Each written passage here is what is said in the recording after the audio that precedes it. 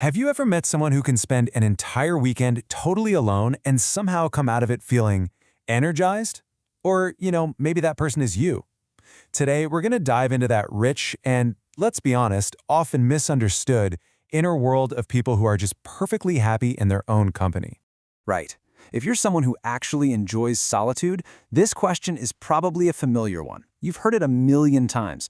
And look, it usually comes from a good place, but it's based on this fundamental misunderstanding, the idea that being alone automatically means something is missing. But what if it's the total opposite? The insight from our source material here is that for people who get this, solitude doesn't feel empty at all. It feels, complete. It feels full of thoughts, ideas, connections. It just doesn't need an audience. So to really get our heads around this, we first have to tackle the biggest misconception of them all, head on, this myth of loneliness. This right here really captures the massive disconnect. From the outside, you see someone sitting quietly by themselves, and you might think lonely, bored, or maybe even antisocial. But on the inside, that exact same moment is experienced as contentment, as deep mental engagement, as restoration. It's like two people looking at completely different paintings. And here is the absolute crucial point. Aloneness and loneliness are not the same thing. They're just not. Aloneness is a physical state. You're just by yourself.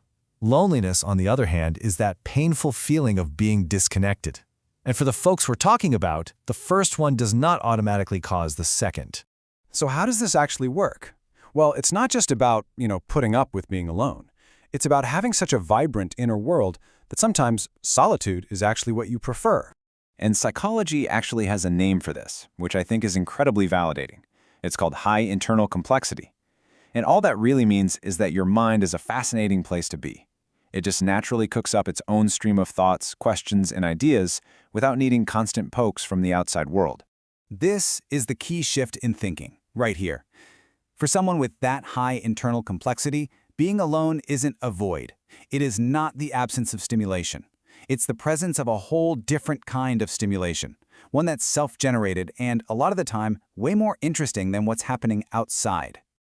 And this trait, it often shows up super early. Think about that kid who could just play by themselves for hours, completely lost in some imaginary world. Or the kid who would disappear into a book and you'd have to shout their name 3 times to get their attention. This wasn't necessarily about being shy. It was a genuine preference. Their own imagination was the best playground they had. Now get this isn't just some personality quirk. There's some really fascinating neuroscience that helps explain why some brains work this way. Okay. So let me introduce you to the default mode network, or the DMN. This is the part of your brain that fires up when you're daydreaming or reflecting on something or thinking about the future. Basically, anytime your mind turns inward. And what research shows is that in people who prefer solitude, this network just has a higher baseline of activity. It's kind of always on, just humming in the background. So, in practice, what does that feel like?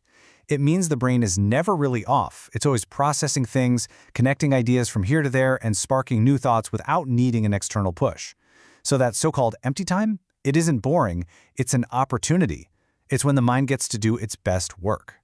This also explains why, for this type of brain, social interaction, even when it's really enjoyable, can feel, cognitively expensive.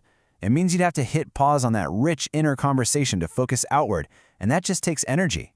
So, if this is such a natural and even beneficial way of being, why on earth is it so often misunderstood? Well, a big part of the answer lies in our culture. This quote really just hits the nail on the head. We live in a society that often treats boredom like it's a disease and at the same time celebrates being busy as if it's the ultimate sign of importance. Silence is just something to be filled, and quiet time is seen as wasted time. Think about it. These are kind of the unspoken rules a lot of us live by, right? We put on a podcast the second we get in the car. We see a moment of boredom as some kind of personal failure, like we're not being productive enough or entertained enough. And we place so much more value on what we can see, the meetings, the events, the doing, than we do on the invisible, internal work of just thinking.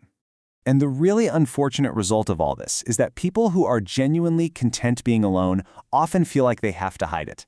They might even make up plans so they have a good answer to, so, what'd you do this weekend? Because let's face it, in our culture, saying, oh, I just spent the weekend thinking, isn't really considered a valid answer.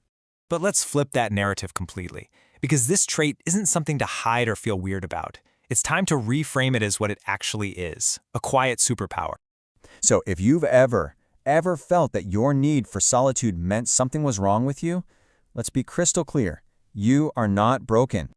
You are internally complex. Your mind is a rich, fascinating, and self-sustaining place. You're not failing at being social. You've succeeded at being self-sufficient. And this self-sufficiency comes with some incredible benefits.